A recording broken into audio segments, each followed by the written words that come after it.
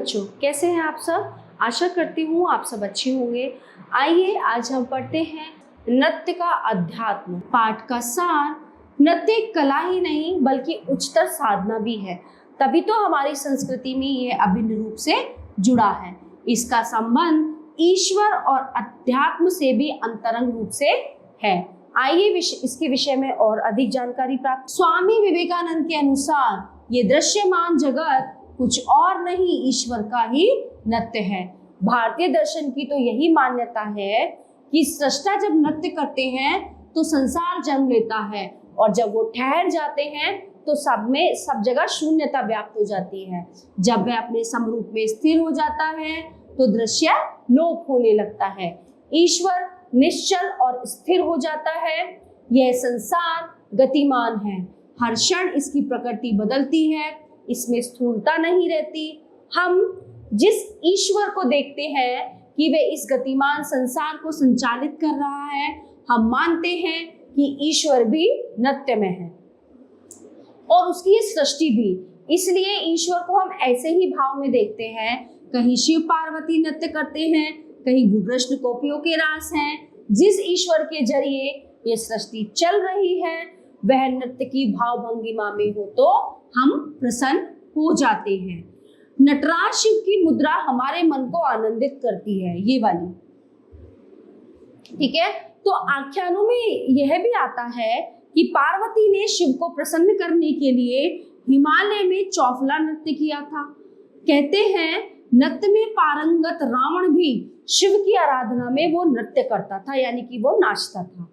भैरव के भी ऐसे स्वरूप हैं। नारद भी नृत्य करते हुए भजन करते हैं, और मृदंग की थाप के साथ गजानन भी। कहीं दुर्गा के नव स्वरूपों की वंदना नृत्य के जरिए साकार होती है। महाभारत से जुड़ी पांडव गाथा आज इसी भाव में मंचित की जाती है।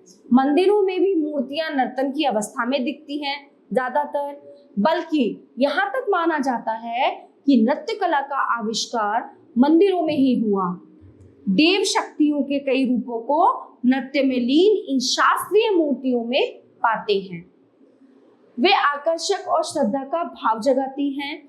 देवालय, घर, आंगन, और हम कहीं भी भाव भंगिमा के साथ लयबद्ध हो जाते हैं। सृजनहार की इस अनुकंपा का उत्सव मनाते समय भी लोग उसी का अनुकरण करते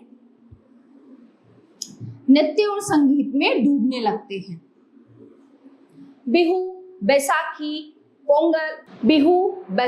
पोंगल लोक जीवन से जुड़े हैं, जिनमें प्रकृति के प्रति धन्य भाव अभिव्यक्त किया जाता है। नवरात्रि के समय गरबा और काली पूजा विधान में नृत्य को शुभ मानते हैं। तो पूर्वोत्तर में कृष्ण राधा की मणिपुरी श्रृंगारिक नृत्यों की शोभा झलकती है। अब जबकि नृत्य सीमाओं में बंधा हुआ नहीं है, तब भी इनमें प्रधान भाव भक्ति का ही मिलता है। कलाएं एक दूसरे को प्रभावित करती हैं। सूफियों की साधना के भीतर के आत्मिक आनंद को सुना जाता है, तल्लीनता आ जाती है। सूफी अपने प्यार को याद करते हैं तो फिर सुध-बुध नहीं रहती।